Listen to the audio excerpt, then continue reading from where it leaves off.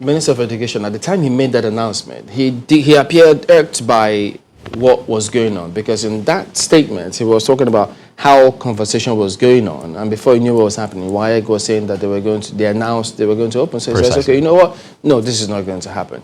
So one wonders then, but in that same breath, he was appealing to private schools and to states, saying, look, schools under the ministry, supervision of the Ministry of Education will not. But he then appealed to all the others to follow suit. So in the event that they feel, well, Mr. Minister, we hear you, but no thanks, what happens? Well, two approaches. I've already talked about one.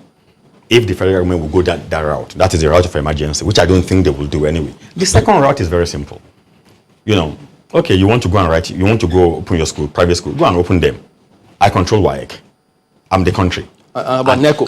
Or NECO.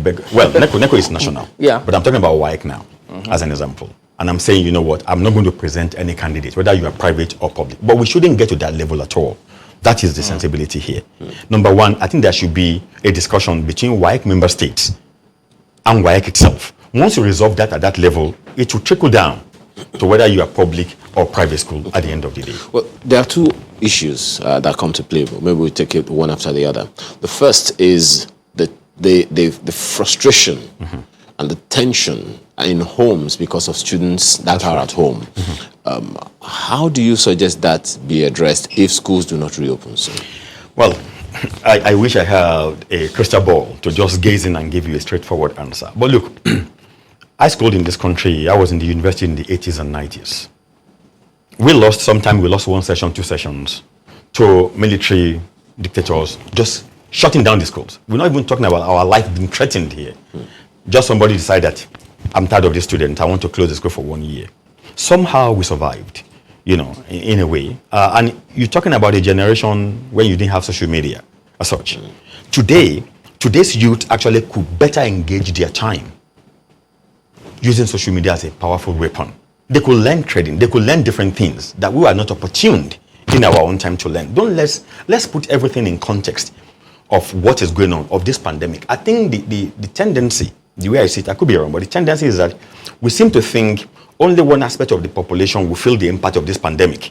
Others will be shielded from it. Look, whether you are a 1-year-old or a 100-year-old, you are going to feel the impact one way or the other. So as parents, what do? Is to make sure we let our children understand that it is not through the fault of their own, that they are not going to, they are likely to miss school for 6 months or for 1 year. Because let them even say, we rush them through schools today. We rush them through WAEC. The question is, where are they going to go? You finish your WAEC or your NECO, your SC, where do you want to go? In Nigeria, universities are not open. Overseas, let's say in Europe, Nigeria has been banned. Nigeria cannot fly to Europe today. I'm sure you are aware of that. Because we're not on the list of those 14 countries allowed to fly to Europe.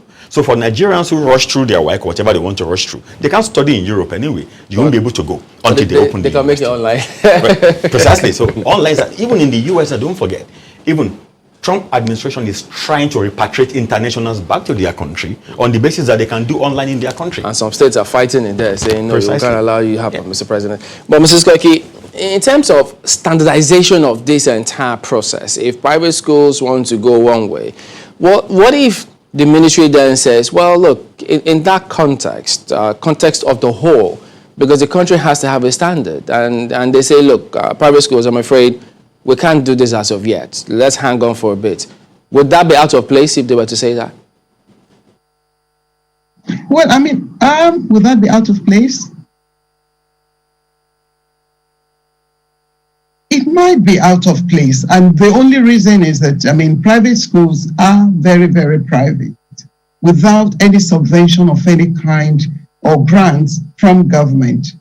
So, for that reason, it will be out of place. However, from the legislative side of things, government will then need to rise and sort of give some kind of support to private schools to ensure that they remain viable. Because, right now what is happening is, of course, that government is using, legislating based on the fact that they are unable to ensure, to fulfill even their own guidelines. They are unable to fulfill their guidelines. And that's probably why they're saying, no, all schools should it remains shut. But of course, I mean, I believe, personally anyway, that the times are still difficult, they're still challenging, and I really don't think both private or even public schools should open right now.